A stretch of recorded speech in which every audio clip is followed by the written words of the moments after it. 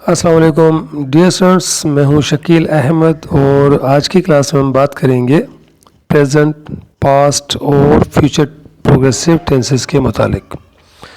इन तीनों टेंसेस में क्या फ़र्क है और किसी एक टेंस से दूसरे टेंस में जाने के लिए हमें कौन सी चेंजिंग्स का सामना करना पड़ता है, और साथ ही साथ हम ये भी जानने की कोशिश करेंगे कि इन तीनों टेंसेस के फार्मूलाज और आइडेंटिफिकेशंस में क्या डिफरेंस है। तो आइए शुरू करते हैं। जैसे प्रेजेंट प्रोग्रेसिव टेंस का फार्मूला है subject, helping verb is, am, are plus verb ING plus object. Past progressive tense का फार्मूला है subject plus helping verb was, were plus verb ING plus object. Future progressive tense का formula है subject plus helping verb will be plus verb ING plus object. अब हम बात करें identification की, तो इनकी आइडेंटिफिकेशन प्रेजेंट के लिए हमारे पास होती है रहा है, रही है, रहे हैं, रहा हूँ। पास्ट प्रोग्रेसिव के लिए हमारे पास आइडेंटिफिकेशन होती है रहा था, रही थी, रहे थे। और फ्यूचर प्रोग्रेसिव टेंस में हमारे पास पहचान होती है रहा होगा, रही होगी, रहे होंगे। अब देखें, ये तो हैं इन टेंसेस के फार्मूलाज और आइडेंटिफिकेशंस। आइए अब हम कुछ जुमले बनाकर इन तीनों टेंसेस में क्या फ़र्क है ये जानने की कोशिश करते हैं। जैसे यासिर बागीचे में चहलकदमी कर रहा है। अब देखें, रहा है आखिर में आ रहा है, इट मीन्स कि ये प्रेजेंट प्रोग्रेसिव टेंस का फार्मूला है। इसको अगर हम इंग्लिश में ट्रांसलेट करें तो हम कहेंगे Yasir is walking in the garden. अब देखें, Yasir is walking in the garden, ये तो हमने प्रेजेंट प्रोग्रेसिव में बनाया। इसको हमने अगर चेंज करना है पास्ट प्रोग्रेसिव में तो हम क्या करेंगे? हम सिर्फ़ और सिर्फ इसके हेल्पिंग वर्ब को चेंज कर देंगे और उर्दू में इसकी पहचान चेंज कर देंगे। जहाँ रहा है आ रहा है, वहाँ रहा है के बजाय हम था लगा देंगे, और जो हेल्पिंग वर्ब है हमारे पास इज़, उसको हम चेंज कर देंगे वाज में। जैसे Yasir is walking in the garden, हम इसमें इसको हटा देंगे और सिर्फ वाज लगा देंगे। जैसे Yasir was walking in the garden, Yasir बागीचे में चहलकदमी कर रहा था। अब इसी जुमले को अगर हम फ्यूचर प्रोग्रेसिव में चेंज करना चाहें तो रहा है की बजाय हमने क्या किया, है को हटाया, था लगा दिया। अब था को हटाएंगे और हम क्या कर देंगे, गा लगा देंगे। जैसे यासिर बागीचे में चहलकदमी कर रहा होगा, Yasir will be walking in the garden.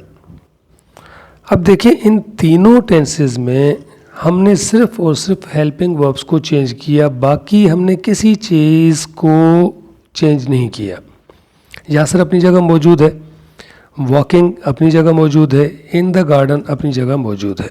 हमने सिर्फ इस को छेड़ा पहले, फिर हमने वॉज को छेड़ा, फिर हमने विल बी को छेड़ा। इट मीन्स कि हम जब भी एक ज़माने से दूसरे ज़माने में जाएंगे तो हमें सिर्फ और सिर्फ हेल्पिंग वर्ब्स को चेंज करना पड़ता है।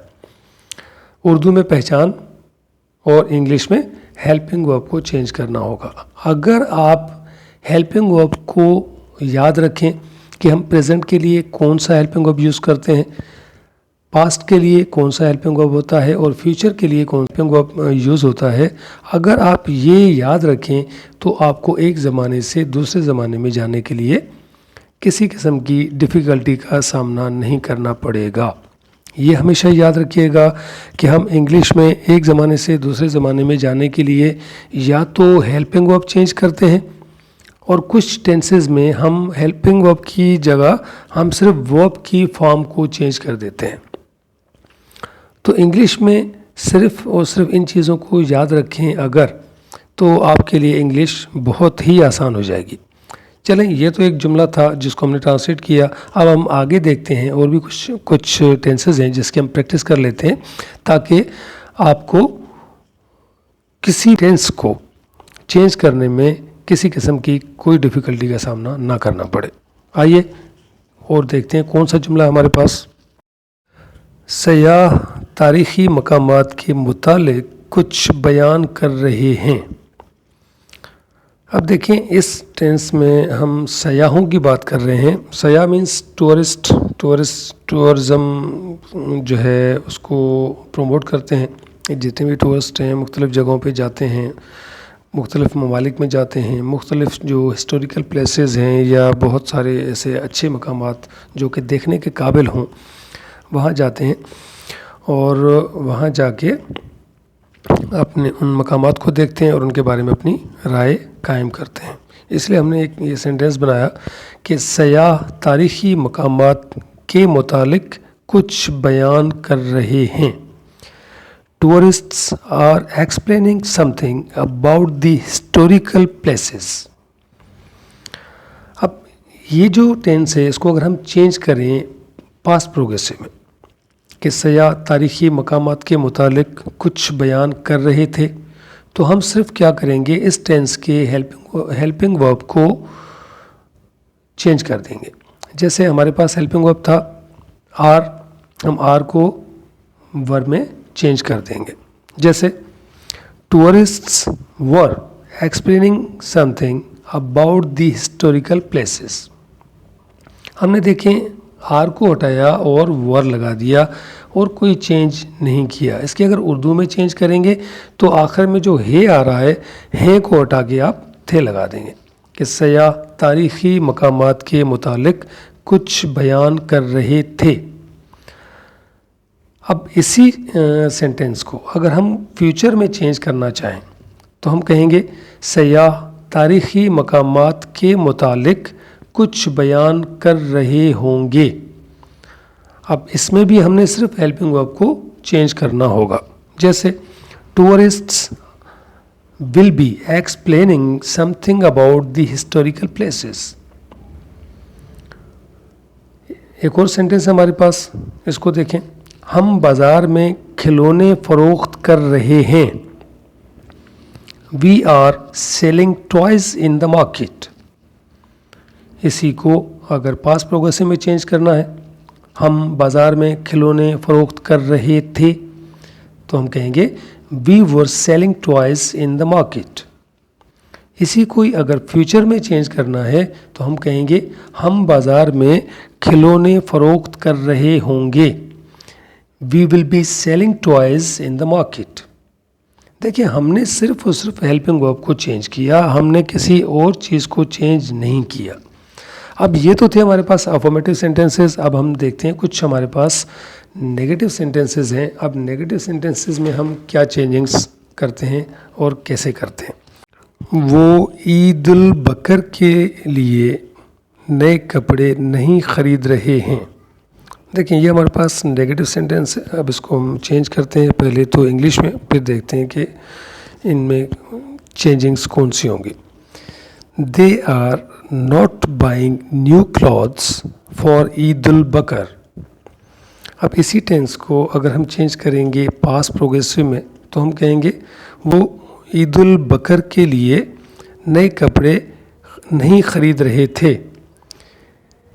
They were not buying new clothes for Eid ul Bakr. अब इसी को फ्यूचर प्रोग्रेसिव में चेंज करना है।